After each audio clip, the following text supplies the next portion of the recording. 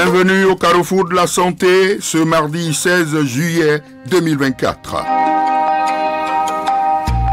Auditrices et auditeurs de Radio Cotonou, connaissez-vous la médecine aiguë? La médecine aiguë dont les piliers sont la réanimation et la médecine d'urgence. En d'autres termes, la médecine aiguë repose sur 3 socles que sont l'anesthésie, les urgences et les soins intensifs. À entendre ces définitions extraordinaires, on se pose des questions. Médecine aiguë, qu'est-ce à dire? C'est justement pour nous éclairer que nous recevons ce soir une grosse pointure de la médecine, Dr Benoît Akando, docteur en médecine, détenteur d'un DES en anesthésie-réanimation de l'Université de Liège. Vous l'entendrez dans un instant. Il nous parlera de sa spécialité, la place de l'anesthésie et de la réanimation dans la médecine universelle. Et puis, parole sera donnée aux auditeurs pour exprimer leurs préoccupations. Merci de votre aimable attention.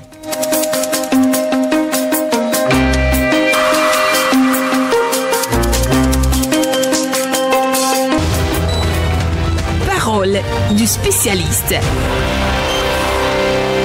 À nouveau bonsoir, mesdames, messieurs. Faisons d'abord connaissance de l'invité de ce magazine.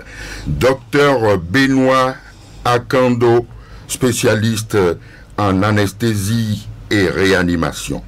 Plusieurs diplômes techniques sont à son actif, dont, naturellement, un certificat d'université de compétences en soins intensifs, Université de Liège. Je reviendrai d'ailleurs sur ce palmarès éloquent. Docteur Akando, bonsoir. Bonsoir, Monsieur Bewa. Je sais que, je n'ai pas encore dévoilé, décliné tout votre palmarès si éloquent. On y reviendra d'ailleurs plus tard. Mais d'entrée de jeu, docteur Akando, on peut vous demander, tout spécialiste que vous êtes, sur spécialiste, je pourrais même dire, et vous me donnerez tout à l'heure des précisions là-dessus. Alors, qu'est-ce que cela recouvre, la médecine aiguë? Monsieur Bewa, la médecine aiguë, comme vous l'avez défini, c'est ce qui ne peut pas attendre. C'est ce qui est, comme le nom l'indique, aigu. Donc, il y a 3 piliers qui forment la médecine aiguë. Donc, il y a l'anesthésie, réanimation, l'anesthésie d'abord, puisque si vous avez une appendicite perforée, c'est aigu. On doit l'opérer maintenant. On ne peut pas attendre des heures. C'est vital. Sinon, vous passez en péritonite et ça risque de causer des soucis et des défaillances multisystèmes. Donc, on doit l'opérer tout de suite. C'est aigu. Si vous faites un traumatisme, si vous faites un accident de la voie publique et qu'il y a un traumatisme crânien, c'est-à-dire vous heurtez votre tête contre le goudron et que vous saignez dans la tête, on ne peut pas se permettre de dire on va vous opérer dans 2 jours, on va voir, peut-être que non, c'est aigu, on doit le résoudre maintenant. Vous subissez une intervention lourde, donc on vous opère du cœur ou bien on vous opère des poumons, d'une intervention lourde, et que vous avez une défaillance d'un des 5 organes vitaux sans lesquels vous ne savez pas vivre, vous devez aller en réanimation. On ne peut pas se permettre de dire bon, on verra bien et ça va aller, on va prier pour que ça aille. Non, on doit vous prendre en charge dans l'aigu. Donc la médecine aiguë, c'est toutes ces prises en charge qui ne peuvent être décalées pour des raisons de survie du patient. Donc, c'est un socle qui est constitué de 3 piliers, dont la réanimation, la médecine d'urgence, parce que quand vous arrivez dans un hôpital, un tiers des patients rentrent par les urgences, puisque c'est urgent, on ne peut pas décaler. Absolument. Et s'il y a une intervention, qu'elle soit chirurgicale, ou médical, donc disons quelqu'un qui a une défaillance cardiaque, passe par les urgences, ne peut pas être postposé, il doit aller en réanimation. Donc l'anesthésie, la réanimation et les urgences sont les 3 piliers de la médecine aiguë. Absolument. Voilà. Alors, vous allez ajouter peut-être tout à l'heure les soins intensifs, naturellement. Exactement, qui sont une partie de la réanimation. Absolument. Voilà. Parce que c'est intensif, comme son nom le dit, on doit suppléer à l'organe qui est défaillant. C'est ça. Et de façon active. Vous voyez ce que je veux dire? Si vous n'arrivez pas à respirer, parce que vous avez difficile, vous avez une infection pulmonaire et que votre taux d'oxygène dans le sang est trop bas, on doit suppléer et de façon intensive et active. On ne peut pas dire, bon, peut-être que, on ne sait pas que, non. On doit suppléer maintenant parce que après les conséquences seraient dramatiques pour les organes qui sont très dépendants de l'oxygène, notamment le cerveau, le foie, les reins. Donc ce sont c'est une spécialité à part entière. C'est une spécialité qui nécessite des prises de décision lourdes mais rapides. Qu'on ne peut pas postposer, qu'on doit prendre maintenant parce que si elle n'est pas bien faite, quelques heures après, les conséquences, c'est la mort. Hein? C'est pas, il n'y a pas, vous décédez. C'est ça, absolument. Voilà, c'est comme ça. Dans le domaine médical, alors je suis tenté donc de vous faire répéter que, eh bien, l'importance de la médecine aiguë n'est plus à démontrer. Non. Non, comme je le dis, la médecine aiguë et particulièrement dans nos pays et dans les pays occidentaux, on n'est plus tenu de prouver que c'est le socle de la médecine autour duquel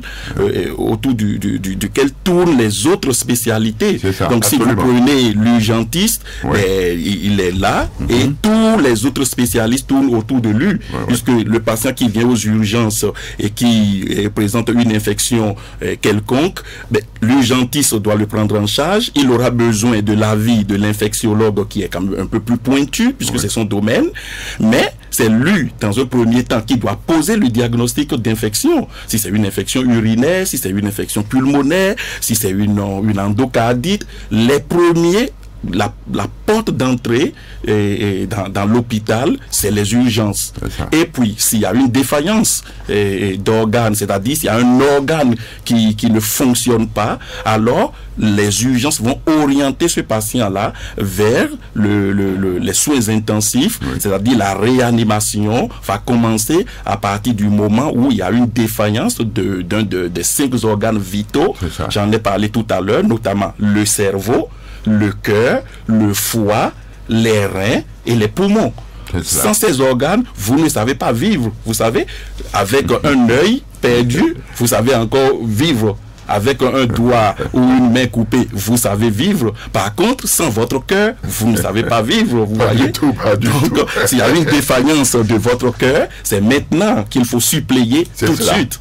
Absolument. Alors, donc, parlant de ça, je sais que vous avez une formation d'anesthésiste réanimateur, je crois, c'est bien ça. Alors, je voudrais demander, est-ce qu'on peut passer de la réanimation à l'anesthésie ou bien c'est de l'anesthésie à la réanimation? Moi, j'ai eu cette chance de faire les 3 spécialités. Donc, je suis anesthésiste de formation. Donc, à la base, c'est ma spécialité, c'est l'anesthésie. On dit anesthésie-réanimation, justement, pour faire le pont entre l'anesthésie et la réanimation. Et puis, dans mon parcours, donc, j'ai fait mes études en Belgique. Et la Belgique a la particularité que si vous voulez occuper un poste de chef de service service, vous devez faire ce que nous appelons la surspécialisation en réanimation. Oui. Donc, vous faites 2 années supplémentaires en plus de vos 5 ans de spécialisation. Donc, vous faites 7 années de médecine, puis vous faites 5 années de spécialisation en anesthésie, puis 2 années pour être intensiviste, c'est-à-dire réanimateur, reconnu comme tel. Oui. Et puis si vous décidez de faire les urgences comme moi, vous faites 2 années supplémentaires encore. Alors vous avez les 3 diplômes. Nous ne sommes pas nombreux, mais il y a des collègues et moi qui avons pris ce parcours-là. Et ça nous permet d'avoir une vue globale sur la médecine aiguë. Et comme vous le dites, un patient qui est opéré et qui doit aller aux soins intensifs, ben, il est opéré par le chirurgien. Oui. Nous, anesthésistes, nous sommes là justement pour s'assurer que le réveil se fera et qu'il n'y aurait pas de défaillance d'organes pendant cette intervention, parce qu'il y a des interventions qui sont très lourdes, hein, et quand on doit vous transplanter un cœur, ou bien quand on doit vous transplanter un rein, et où vous avez eu une insuffisance hépatique terminale et qu'on doit vous mettre un nouveau foie, ce sont des interventions qui durent des heures et qui peuvent mettre en péril d'autres organes secondairement. Donc, du bloc opératoire, nous rendons en réanimation avec les patients, d'accord, et on peut ne pas aller par le bloc opératoire et venir directement en réanimation. Les cas de polytraumatisme dont les organes sont atteints, mais ne nécessitent pas une chirurgie. Mais c'est une vase communicante entre les spécialités, donc on peut bien partir de la réanimation vers le bloc opératoire. Si à un moment donné, je donne un exemple, vous avez une pancréatite nécrotique avec une pression intra-abdominale ingérable, et vous faites appel au chirurgien digestif et vous lui dites maintenant il faut rapidement aller dedans et me faire ce qu'on appelle un Bogota, c'est-à-dire vous s'ouvrez le ventre et vous le laissez ouvert pour permettre de diminuer la pression intra-abdominale. Là c'est une urgence vitale, sinon vous allez nécroser tous les organes qui sont dans l'abdomen et le patient finira par mourir. Donc vous pouvez partir de la réanimation vers le bloc opératoire et vice-versa. Donc, si vous faites une intervention lourde qui nécessite une suppléation d'un organe vital, ben vous irez du bloc opératoire vers la réanimation et pas vers un service banalisé. Ouais, donc, c'est vraiment un pont entre toutes ces 3 spécialités et le fait de travailler dans les 3 vous permet de voir de votre perchoir quand même pas mal de choses. Je dois rappeler quand même, puisque je vais y venir, vous résidez, je vais en profiter pour le dire d'ailleurs, parce que vous résidez en Belgique, vous travaillez là-bas, et je vais en parler tout à l'heure, et vous êtes même le consul du Bénin à Liège, je crois. Bon, voilà, donc vous êtes même le consul, et je crois savoir que depuis combien d'années vous êtes là-bas, et depuis combien d'années vous êtes dans ce métier-là? Donc, je suis en Belgique depuis bientôt 29 ans. Donc, après mon bac, j'ai eu une bourse béninoise pour m'y rendre. J'ai fait une partie de mes études à Liège et une partie aux États-Unis. Puis après, je suis revenu m'installer définitivement en Belgique, où je travaille depuis 29 ans. Donc, ça fait 29 ans que je suis dans le domaine médical. Pour ce qui concerne l'activité paramédicale qui est liée à mon attachement pour mon pays, le Bénin, je suis consul honoraire effectivement pour la région wallonne, c'est-à-dire la région qui parle français en Belgique, depuis 2016, donc depuis septembre 2016. Donc c'est une activité qui est en complément de mon activité de médecin. C'est vrai que c'est un peu beaucoup de charges, mais voilà. Donc j'arrive quand même à le faire, mais ma passion pour la médecine n'est plus à démontrer. J'ai été chef de service de la réanimation pendant 12 ans avant d'être nommé consul, et alors je ne pouvais pas cumuler toutes les fonctions. C'est d'ailleurs ça qui me fait vous dévoiler un peu, avant de vous poser une question assez sensible, pour décliner un peu qui vous êtes, parce que à l'entame j'ai dit que vous êtes une grosse pointure, et là c'est une réalité. Vous êtes médecin, je l'ai dit, spécialiste de ce domaine-là, vous êtes détenteur, n'est-ce pas, d'un DES dans ce domaine. Vous avez un certificat d'université de compétences en soins intensifs, je crois décroché à l'université de Liège. Et vous avez un autre certificat interuniversitaire en nutrition clinique à l'université catholique de Louvain. Et puis, vous avez un diplôme interuniversitaire de réanimation polyvalente à l'université de Lille 2. Vrai ou faux? Vrai. Bon, vrai. Alors je suppose que je ne suis pas en train de mentir. Non. Vous avez encore un diplôme interuniversitaire de technique ultrasonique en anesthésie-réanimation. C'est formidable ça. À l'université de Versailles, Saint-Quentin à Paris. Tout à fait. Vrai ou faux? Tout à fait, monsieur le journaliste. Je vous suis à la trace. On ne peut rien cacher aujourd'hui. Non, du tout. Alors, actuellement, comme je l'ai dit, Dr Akando, il est le chef du service des soins intensifs à l'hôpital Saint-Joseph. C'est ça, Saint-Joseph-Lys, voilà, dans les cantons de l'Est du Royaume. Tout à fait. Ok. Bon, très bien. Et je ne répéterai pas que vous êtes consul. Alors, la question sensible est que, est-ce qu'au Bénin ici, parce qu'en réalité, l'une des questions fondamentales qui pourrait intéresser nos auditeurs, est-ce que tout ce que vous venez de dire et qui dénote une certaine pointe de la technologie dans ce domaine-là, est-ce que nous avons des chances d'avoir ça déjà ici? Est-ce que ça existe? Les plateaux techniques qu'il y a au Bénin ici, est-ce que, bon, puisque vous êtes de temps en temps ici, bon, alors qu'est-ce que vous pouvez en dire quand vous allez vers les services de la réanimation ou bien de l'anesthésie, etc., les soins intensifs? Qu'est-ce que vous constatez? Qu'est-ce que vous pouvez conseiller à l'État béninois, par exemple? Donc, comme vous le savez, je suis très attaché au Bénin et je suis au Bénin particulièrement toutes les 8 semaines. Donc, tous les 2 mois maximum, je suis au Bénin. Et j'ai eu cette chance de côtoyer pas mal de confrères qui sont revenus et qui se sont installés. Et il y en a avec qui j'ai même fait mes études. Et je profite de votre antenne pour les féliciter pour le travail qui est fait, parce que c'est pas évident de pratiquer la médecine au Bénin. Comme on le dit en Belgique, on ne parle pas de médecine, on parle de l'art de guérir. Donc c'est un art. Et tout le monde n'est pas artiste. Donc je profite de votre antenne pour les féliciter, les confrères. C'est pas évident. Cela. Le problème principal que nous avons dans notre système de soins de santé, c'est le manque d'investissement dans les infrastructures depuis plusieurs années. C'est pas quelque chose de nouveau.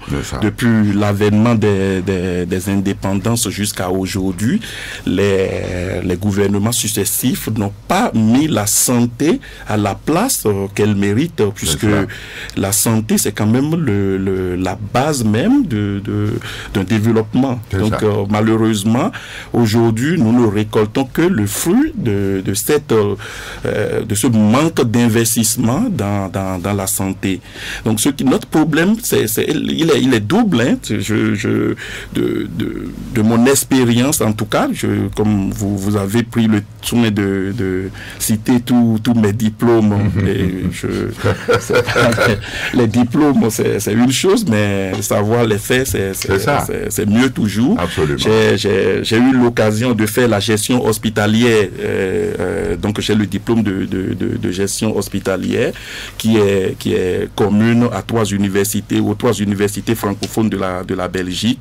Donc de mon père choix, je dois avouer que le problème, il est double. Il y a un problème de désinvestissement pendant plusieurs années dans le domaine de la santé au Bénin, et il y a un deuxième problème de formation aussi, parce que nous avons des collègues qui sont très très bien formés, qui ont un niveau vraiment très appréciables, qui sont sur place et qui connaissent la médecine vraiment très très bien. Mais malheureusement, ils se retrouvent souvent dans des situations où ils n'ont pas le matériel nécessaire pour pouvoir prodiguer les soins nécessaires. Et nous avons d'autres collègues qui, une fois formés, puisque tout le monde sort de la faculté de médecine avec plus ou moins les mêmes niveaux, mais au fil du temps, vous devez vous former au fur et à mesure. Donc vous devez vous perfectionner dans ce que vous faites pour être pointu dans ce que vous faites. Vous ne pouvez pas croiser les bras et attendre que le pain tombe du ciel. Vous devez vous former, vous voyez, quand vous voyez tous mes diplômes, je les ai acquis en travaillant et en me perfectionnant au point où, oui, aujourd'hui, je dois avouer que, sans me jeter des fleurs, je dois avouer que, oui, je maîtrise ma matière et je suis fier de la maîtriser. Donc, pour revenir à votre question, je pense que l'investissement dans la santé n'est pas à perte. Ici, j'ai appris que à partir de novembre, le nouvel hôpital chic à Calavi va ouvrir. Nous avons vu passer des vidéos sur les réseaux sociaux qui nous montrent que voilà, il y a un investissement qui a été fait. Maintenant, il appartient au gouvernement de mettre à la tête de cette nouvelle institution des gens compétents, des gens capables de diriger correctement et surtout des gens qui ont la connaissance médicale et qui pratiquent l'art de guérir, comme je le dis, et pour pouvoir faire fonctionner, parce que avoir un hôpital, c'est bien, mais avoir des gens qui savent la valeur de ce qu'ils ont et surtout savoir les utiliser à bon escient, c'est une autre paire de manches. Moi j'ai été chef de service de 27 médecins sous ma tutelle, et je peux vous dire que c'est pas une promenade dans un jardin de roses. Pas du tout. Donc quand vous montez à l'échelle d'un hôpital et par conséquent un grand hôpital, ça devient une autre chose. Donc voilà, moi je trouve que si les gouvernements successifs avaient investi ici depuis les indépendances, chaque président qui vient dit bon, ok, moi il n'y a pas beaucoup de moyens financiers, mais je m'attelle à créer un hôpital. Vous imaginez tous les je ne sais pas combien de temps, tous les 10 ans ou tous les 5 ans qu'on a changé de président, multiplié par le nombre de présidents qu'on a changé, en tout cas depuis que moi je suis né. Je peux vous dire qu'on a déjà au moins si c'est pas 6, c'est au moins une dizaine d'hôpitaux quand même. Et on ne parlera plus d'un hôpital de référence. Pour parler de référence, il faut qu'il y en ait plusieurs pour qu'on puisse parler de référence. Si je prends le royaume de Belgique, qui a plus ou moins la même population que le Bénin, et qui a un tiers de la superficie du Bénin. Si je le prends par exemple, nous avons plus ou moins un scanner pour 30 000 habitants. Et donc, si je fais une extrapolation, au Bénin, nous devons avoir déjà plus de 400 scanners, alors que nous n'en avons même pas une douzaine sur tout le territoire. Donc, c'est ça le truc là. L'État, ou même les privés, pas forcément l'État. En Belgique, c'est pas que l'État qui investit dans la santé. Il y a les privés qui doivent prendre des initiatives, investir dans la santé, et ce n'est que bénéfique. La santé n'a pas de prix, comme on le dit. Il n'y a que des bénéfices. Avant qu'on aille un peu plus loin, vous exercez dans quelle clinique là-bas? J'en ai effleuré tout à l'heure. Oui. Il y a un auditeur qui me demande en sourdine la clinique où vous officiez là-bas. Donc actuellement, je suis au CHR Verviers. Donc j'ai été chef de service pendant 12 ans, puis j'ai été nommé consul. J'ai diminué mon activité médicale pour pouvoir m'occuper de mes compatriotes, parce que j'estime que ça aussi c'est quelque chose qui est nécessaire. Alors j'ai passé mon tablier de chef de service, et pour garder mon accréditation et pour continuer à avoir un pied à l'université, donc je suis à l'université de Liège, c'est-à-dire le réseau universitaire, donc le CHR de Verviers, où je m'occupe des assistants, des jeunes médecins en formation, et puis j'ai gardé mon activité de médicale de réanimateur sur la province toujours, donc je suis toujours à Liège. Souvent, il y a, je dirais souvent ou de temps en temps, des incidents de parcours. Pour les anesthésistes, par exemple, est-ce que vous voyez, je ne parlerai pas de la réanimation, où des agents font des erreurs. Oui. Hein, il y a des erreurs de travail, je peux dire, ou quand vous anesthésiez, je ne sais pas comment ça se passe, est-ce que c'est une question de dosage, et puis le patient, il prend la route par là. Je ne sais pas si vous comprenez ce que je dis. Je vois. Les gens, ils dosent peut-être mal, c'est arrivé déjà plus d'une fois, et puis après, ça ne passe plus. L'anesthésie ne passe plus, on réveille le monsieur, il ne se réveille plus. Alors, comment est-ce que ça peut se passer et qu'est-ce que vous pouvez donner comme conseil à vos confrères qui sont au Bénin ici? Donc, l'anesthésie, c'est une spécialité très, très, très délicate. Hein? Donc, c'est un peu, comme je le dis quand je donne cours encore à l'université, je dis toujours, c'est un peu le pilote, mais qui n'est pas dans l'avion. Ah oui. Voilà, parce que le pilote d'un avion, si l'avion crache, il crache avec. Donc, il est beaucoup plus consciencieux que l'anesthésiste. Si ça crache, oui, ça crache, mais lui, il n'est pas dans l'avion. C'est ça. D'accord? Donc, comme vous pouvez le constater, dans l'aéronautique, s'il y a moins d'erreurs aujourd'hui, c'est parce qu'ils ont fait des checklists. Quand le pilote rentre dans son avion, il y a un checklist. Donc, il va regarder le moteur, je ne sais pas quoi, le tableau, des trucs comme ça. Et en anesthésie aussi, nous avons des protocoles. C'est ça. Et donc, nous avons des checklists à l'entrée, et pendant l'intervention, en post-opératoire, et s'assurer que ces checklists sont respectés.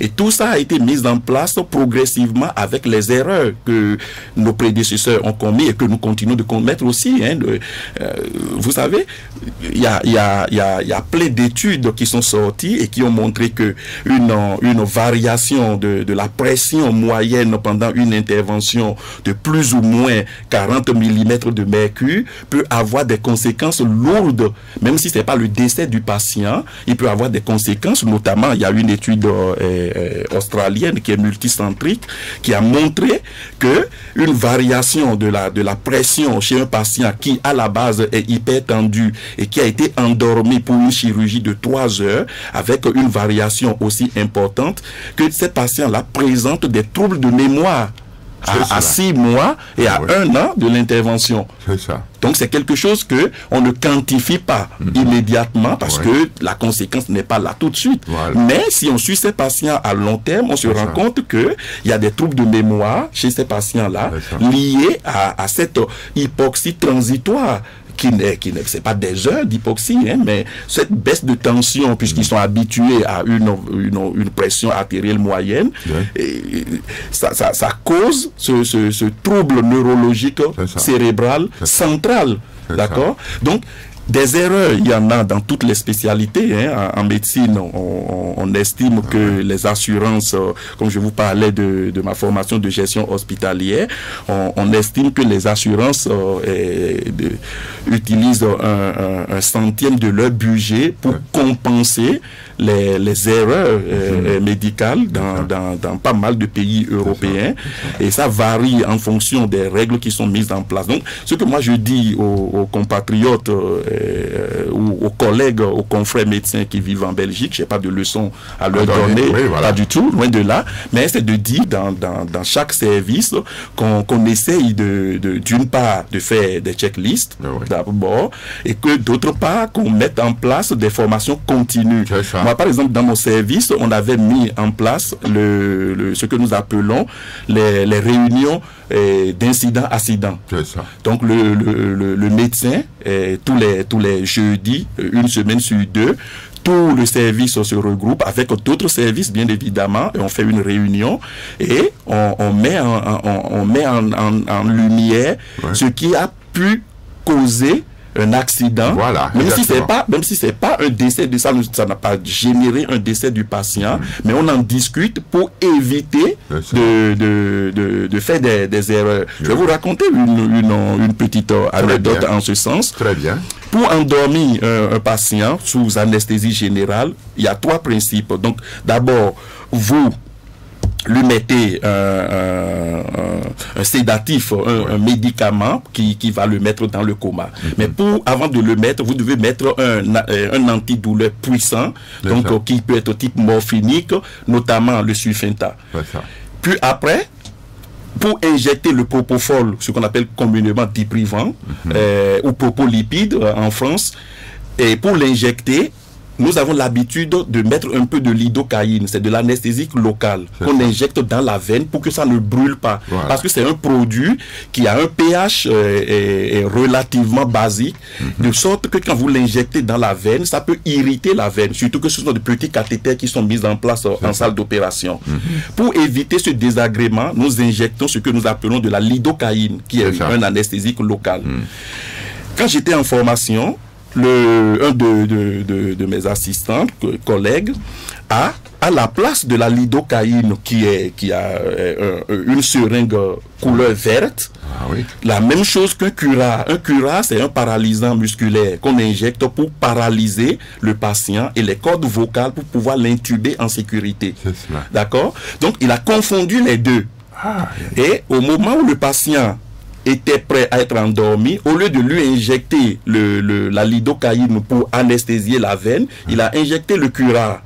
Donc, il a paralysé le patient qui est conscient. Donc, le patient a dit, ah, mais ça me fait mal dans la veine. Alors que normalement, ce cura-là, ce paralysant musculaire ne fait pas mal à l'injection. Donc, il a ticté, il s'est dit, mais c'est pas normal. Il a regardé, c'est là qu'il a jeté un coup d'œil sur la seringue, il s'est rendu compte que c'est pas la bonne molécule qu'il a injectée. Donc il s'est précipité, il a envoyé l'hypnotique pour le mettre directement dans le coma. Puis il a utilisé d'autres substances, dont notamment le midazolam, qui peut provoquer ce que nous appelons une amnésie rétrograde, pour faire oublier au patient ce qui s'est passé. Donc il a rectifié le tir très rapidement, puisqu'il a su et que le patient était paralysé alors qu'il était vivant et ouvert, les yeux ouverts. Puis il s'est racheté en quelque sorte. Puis tout s'est bien passé, l'intervention est terminée et comme d'habitude, nous passons dans la salle de réveil pour voir si le patient... Et le patient ne se souvenait plus de rien. C'est ça. Puisqu'il lui a injecté une molécule qui lui a provoqué au niveau de son cerveau ce que nous appelons une amnésie rétrograde. Il a oublié tout ce qui s'est passé. Et il a merci beaucoup, docteur, merci vraiment pour... c'était nickel, je me suis endormi, je n'ai rien senti. Alors que en réalité, il a été paralysé alors qu'il était conscient. Donc, voilà, là, on en a discuté en multidisciplinaire, donc il y avait d'autres collègues, et qu'est-ce qu'on a fait? On a mis en place un processus, c'est-à-dire, on a dit, tout ce qui est morphinique sera dans une seringue neutre, tout ce qui est cura va être dans une seringue rouge. Pour signaler que ce médicament-là est rouge, est dangereux, il faut savoir l'injecter. Et le propolipide, comme il est tout blanc, on n'a pas besoin de le matérialiser. On sait que quand c'est une grosse seringue de 20 cc blanc, c'est bon, c'est le propolipide. Et depuis ce temps, on a corrigé cette confusion qui peut avoir au niveau de deux seringues vertes. Donc c'est tout un processus qui a été mis en place, tout simplement parce que le collègue, sans jugement, a eu l'occasion de dire, ben voilà ce qui m'est arrivé, on a trouvé de solutions. Mais s'il n'en parle pas et qu'il estime que bon, moi je suis au-dessus de la loi et de toute façon, c'est pas j'ai de compte à rendre à personne, il va pas s'améliorer. Et c'est ce que voilà, si j'ai un conseil à donner, des erreurs, il y en a aussi, ne croyez pas, même en Europe, il y a des erreurs médicales, mais on met en place chaque fois des débriefings, des processus pour empêcher que ça se répète. Et surtout, on dédommage le patient et ses parents, parce que chaque médecin a une assurance responsabilité civile qui lui permet de dédommager ce qui s'est passé, parce que c'est quand même, si vous devez amputer un pied gauche et vous amputez le droit, le patient perd les deux, puisque finalement, vous finirez quand même par enlever le gauche aussi. Donc, il faut une compensation, et voilà. Et maintenant, tout ce qui relève de l'ordinal, parce que les sanctions ou bien les dédommagements, il y a le pénal, c'est-à-dire ce qui relève du fait que le patient subit une conséquence et qui doit être dédommagé, mais il y a celui qui consiste à dire aux médecins, ça ne correspond pas à notre code de déontologie, parce que nous sommes une profession très très structurée, que ce soit au Bénin ou n'importe où, nous sommes régis par un code de déontologie qui nous oblige à fonctionner dans un carnaval, hein. Donc vous ne pouvez pas vous lever et faire ce que vous avez envie de faire comme vous voulez, Et c'est dans ce sens-là plutôt que je demanderais aussi bien à l'ordre des médecins de mettre en place des conseils, quoi. Voilà.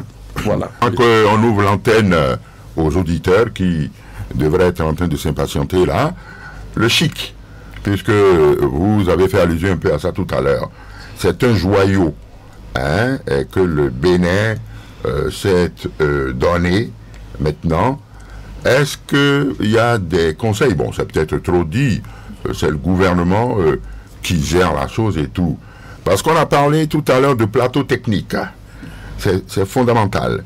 On a parlé aussi des connaissances. Je crois que c'est les deux piliers.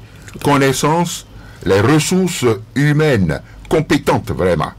Parce qu'il ne faut pas envoyer n'importe qui là-bas. Vous êtes d'accord avec moi? Bon, on n'a rien contre personne. Parce que là, c'est un bijou. C'est un bijou. Donc, il ne faut pas... il y a à peu près. Voyez-vous, c'est un centre de référence, si on peut parler comme ça. Maintenant, il y a le plateau technique également. Bon, est-ce que il y a une sorte de coopération avec le gouvernement et puis peut-être le royaume de Belgique, je peux parler un peu comme ça, afin que on garantisse le plateau technique? Quel conseil vous pouvez donner dans ce sens en une minute avant qu'on ouvre l'antenne aux auditeurs? Moi, je suis très admiratif, hein, de ce qui a été fait. J'étais venu au mois de mai. J'ai eu l'occasion de faire un tour. Je ne suis pas allé sur le site. J'ai eu l'occasion d'aller à Calavi et j'ai vu de dehors le bâtiment qui est très imposant, qui a quand même l'allure d'un hôpital, je dirais, universitaire du XXe siècle.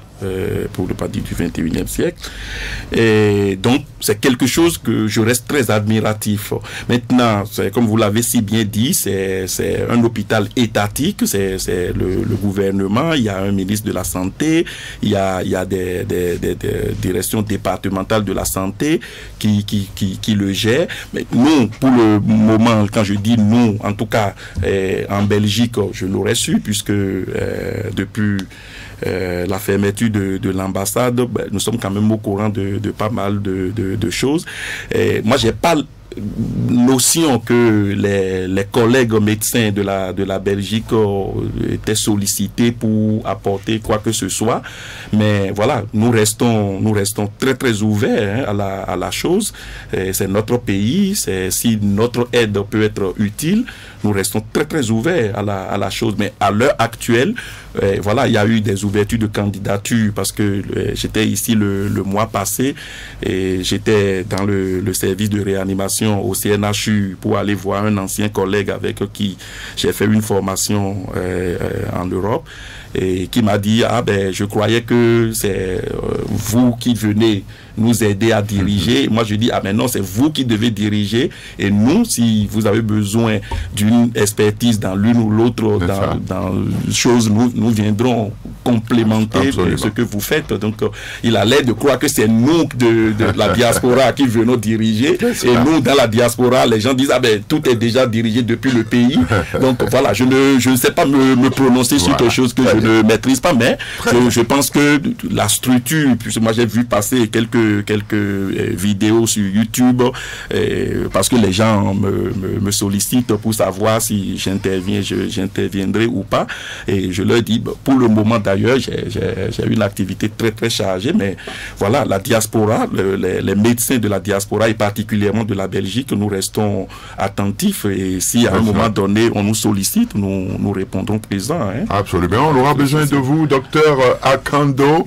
Eh bien, on va maintenant passer à la rubrique des auditeurs qui vont vous poser certaines questions de préoccupation, et puis vous allez répondre. On va noter ensemble les noms des intervenants.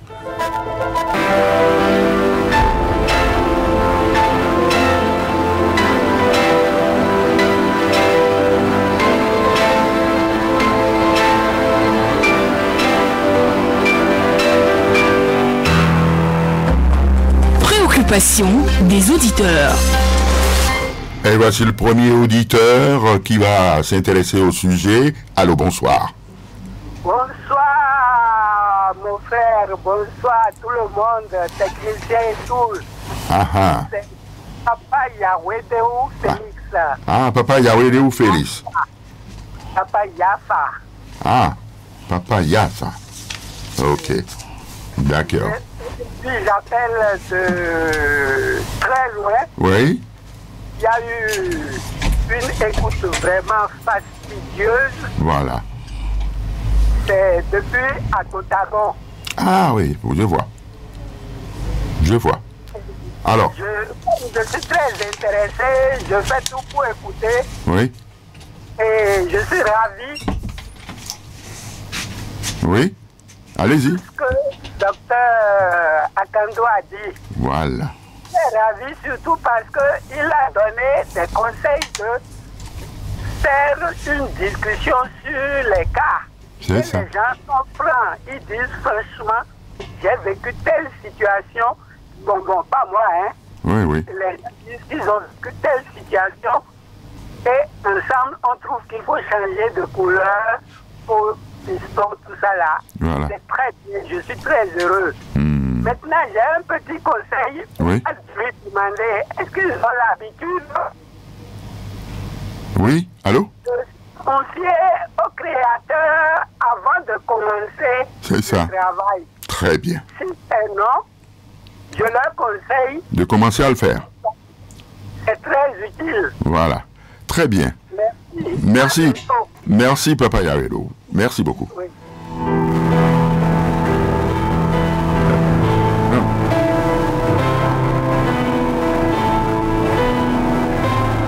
Bonsoir. Bonsoir, monsieur René Béra. Comment ça va, madame? Ça va très bien, c'est Madame Ismaël de Kitop-Nouveau. Je m'en douterai. Oui, je salue monsieur le docteur. Voilà. Je salue mon technicien. Ok. Donc moi, je n'ai pas grand-chose à dire. Oui, oui. Allez-y. Surtout juste pour féliciter monsieur le docteur pour les différents diplômes dont il a obtenu. Absolument. Ma question est ceci. Je voudrais demander s'il a un demi-loi. Oui. Deuxième question. J'aimerais qu'il fasse en sorte que ses enfants en boîte pas. Ah oui? On n'a pas bien entendu. J'ai dit que j'aimerais qu'il fasse en sorte que ses enfants en boîte pas. Ah, ces enfants en boîte, c'est pas. Oui. Ah oui, d'accord. Il a entendu. Ok. Merci, madame. Bonne soirée. Troisième auditeur au bout du fil. Allô, bonsoir. Oui, bonsoir, monsieur René Béra. Comment ça va? Ça va très bien. C'est monsieur? Je vous salue, je suis Bernard Fadi. Ah oui, Bernard Fadi. Oui, je vous salue, je salue le docteur. Ok. Merci beaucoup pour sa présence. Ok. Bon, et je voulais poser une première question et il a déjà démarré sa réponse. Voilà. C'est pour savoir quelle est sa place dans l'hôpital international de Cotonou. Ok, il va répondre. Ok, c'est bon? Allô, c'est bon? Merci. Sa place. Au chic. Ah oui, oui, c'est une grosse cylindrée, hein, docteur Akando. Alors, vivement... Allô? Ah ben oui, ben, il a raison, cet auditeur. Parce que quand j'ai mené une petite discussion avec le docteur à midi, là, eh ben, j'ai découvert une grosse pointure dans la médecine. Il a le temps, en tout cas, de démontrer toutes ses compétences en temps utile. Allô, bonsoir. Bon, alors, on va donc commencer à répondre à ces 3 ou 4 premiers auditeurs. En attendant d'autres, le temps est parti. Docteur, c'est à vous. Je crois que le temps étant parti, on va peut-être Brièvement répondre. Je vais répondre à la première auditrice. Donc, comme vous l'avez si bien dit dans ma présentation, vous avez dit que j'ai travaillé dans l'hôpital Saint-Joseph de Saint-Vite. Donc, il y a quand même 2 saints dans le nom. C'est un hôpital confessionnel. Ouais. Donc, la première chose, quand je suis arrivé, quand je suis sorti de l'école, c'est mon prof qui m'avait envoyé là-bas parce que il avait estimé que, malgré mon jeune âge, que c'est moi qui allais prendre la tête de la chefferie, où j'avais 27 médecins qui étaient tous plus âgés que moi, hein, bien évidemment, et beaucoup plus expérimentés, mais bon, la fougue de ce temps a fait que... Donc, la première chose qui m'a frappé, c'est que dans le bureau du directeur médical, il y avait une croix. Ah oui. Sur la porte. Donc, c'est pour vous dire à quel point les hôpitaux confessionnels en Belgique ont une place non négligeable. D'ailleurs, tout récemment, suite à la réforme qui a été réalisée en Belgique dans le domaine de la santé, on a même constaté que la formation des réseaux hospitaliers s'est orientée également vers une distinction un peu confessionnelle. Donc, oui, en toutes circonstances, nous implorons le Créateur, puisque nous, on n'est que des médecins, hein, madame. On n'est pas des dieux. Parfois, les patients nous remercient, croyant que nous sommes Dieu. Vous m'avez sauvé, merci beaucoup. Mais nous ne sauvons pas. Nous rétablissons l'équilibre qui est endommagé. Donc, oui, à votre question, avant toute intervention, quand nous sommes dans la difficulté, comme tout être, nous sollicitons l'aide du Créateur. Et pendant ce temps, il y a un autre auditeur qui se signale. Allô? Allô, bonsoir. Bonsoir, madame. Non, c'est un monsieur. Ah, c'est un monsieur? Oui. Ah, vous avez une belle voix de femme. Merci. Daniel Soukoufi. Allez-y. Le temps est parti. Je suis à Calavi. Vous remerciez le docteur. On peut avoir son numéro? Bon, ben, je crois que de l'autre côté de la belle vitrine, on va vous donner son numéro. Est-ce que vous voyez? D'accord, merci beaucoup. Ok, merci, bonne soirée. Merci, bonne soirée. Pour répondre à la deuxième question, à la deuxième auditrice qui demande que mes enfants m'emboîtent les pas. Bon, la seule chose que je peux dire avec certitude, j'ai des enfants métis, hein, donc c'est pas un tabou, je ne le cache pas.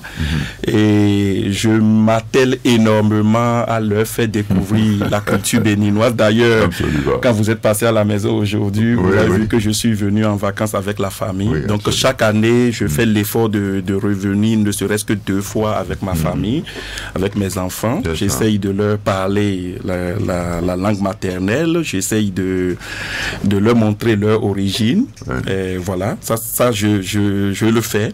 Par contre, m'emboîter le pas sur le domaine médical, ça c'est un peu trop tôt. J'ai des enfants qui sont quand même en bas âge. Donc j'ai un de 13 ans, un de 8 ans et un de 6 ans. Donc c'est trop tôt pour leur demander de faire la médecine. Mais c'est vrai que je trouve que c'est un métier noble et moi je suis tellement passionné, je ne sais pas bricoler. Je dis toujours aux gens, je ne sais pas faire grand-chose.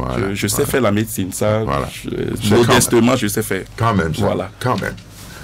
Voilà. Merci beaucoup. Il y a un autre auditeur, peut-être le dernier, au titre de cette soirée. Allô? Allô, bonsoir, monsieur Bernier. Comment ça va? Ça va super bien. C'est monsieur? C'est monsieur Gaston Hercule Amoussou. Amoussou. J'appelle Mélenchon. Ok. Allez-y. Je voudrais poser une question au docteur. Bonsoir, docteur. Bonsoir. Et j'aimerais savoir le rendez-vous et la On n'a pas bien entendu. Les rendez-vous et la situation souffrant. Légèrement terminé. Tu vas au TNHU pour rencontrer le docteur. On te donne un rendez-vous. Si tu pars aujourd'hui, on te dit de passer dans 15 jours ou dans 2 mois pour rencontrer le docteur. J'aimerais savoir si ça se passe exactement en Belgique comme cela se passe ici. Bon, ok.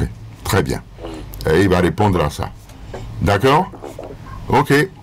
Ben, je crois que le médecin va... Voilà. Ou bien on prend un dernier encore, Ghislain. Allô? Oui, monsieur Béa, bonsoir. Oui, bonsoir. ça va. Comment ça va? Ça va très bien. C'est monsieur Bernardin Sabi qui revient. Ah, vous êtes revenu.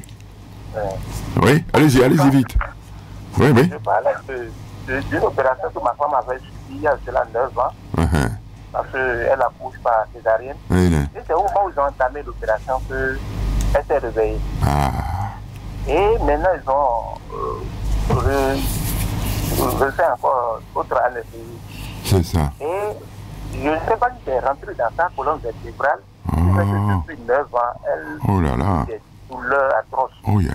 Et on a été à l'hôpital, ils ont dit que c'est des calmants qu'elle peut utiliser. Et les calmants, ça ne va pas. Ça ne va pas. Et quand ça arrive comme ça, sincèrement, j'ai envie de pleurer à sa place. Voilà. Donc le médecin va répondre un peu à ça. Voilà. Et puis, oui, puisque le médecin, de toutes les façons, va revenir. Hein. Oui.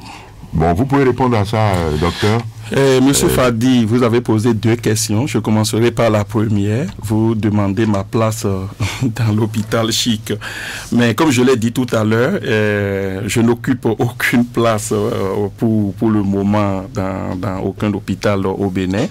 Je reviens très fréquemment au Bénin et voilà, je porte mon assistance aux collègues qui en ont besoin. Actuellement, j'ai pu, grâce aux partenaires belges, faire sortir 8 collègues de Nati Tengu qui sont actuellement en formation chez moi en Belgique pour augmenter leur capacité, surtout en médecine aiguë. Il y a, je pense, 4 qui sont déjà revenus, mais il y a 4 autres qui sont toujours avec moi en Belgique actuellement.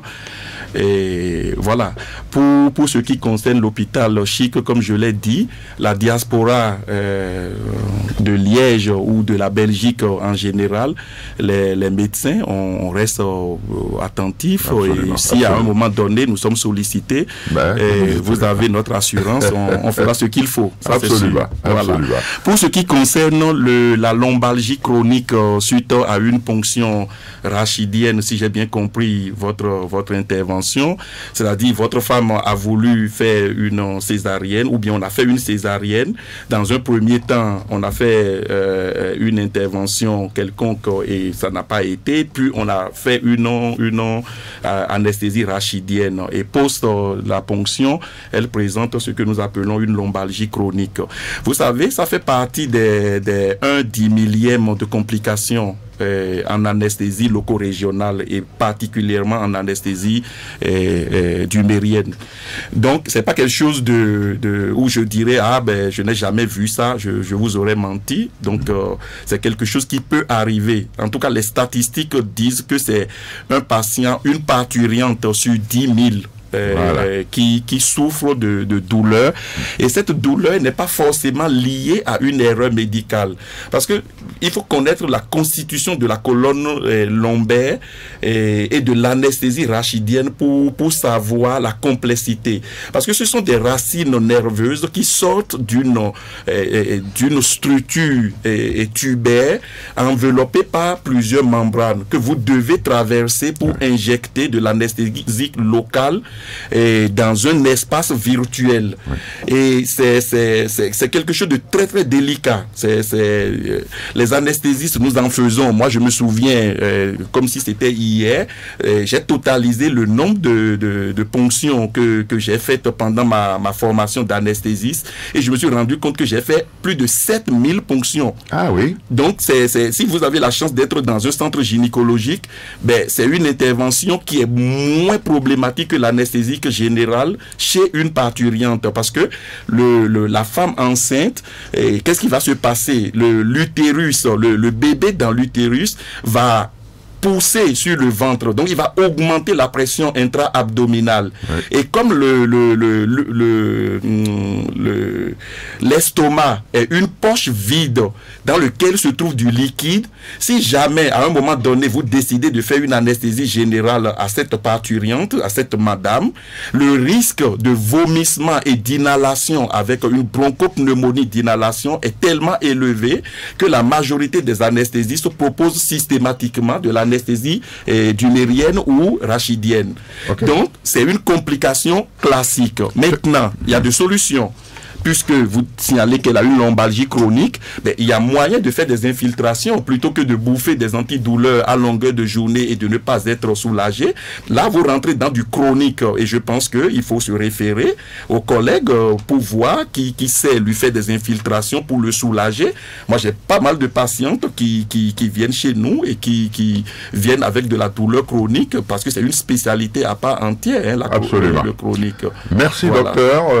Évidemment, ce que vous dites est si intéressant que nous aurons certainement envie de vous faire revenir, n'est-ce pas, envie de profiter de vos passages ici, puisque vous venez de le confirmer, vous êtes de temps en temps de passage à Cotonou, chez vous, au Bénin. Alors, l'émission va s'achever, bien sûr, parce qu'on n'a pas tout dit, hein, docteur. On n'a pas tout dit, nous allons mettre une caméra au-dessus de votre domicile pour vous guetter votre arrivée et pour vous recevoir à nouveau, parce qu'il y a encore des auditeurs qui vont appeler, qui veulent appeler. Alors, il ne nous reste qu'à vous remercier infiniment d'avoir accepté notre invitation. Docteur Benoît Akando, eh ben, vous êtes formidable.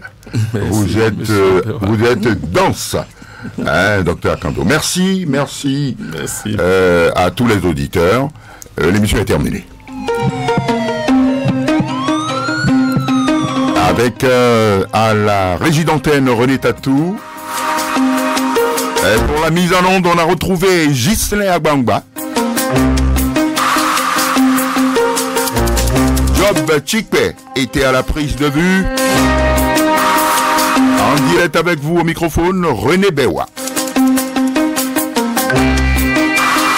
Merci à toutes, merci à tous. On se retrouvera mardi prochain, si Dieu le veut. Excellente nuit à tous.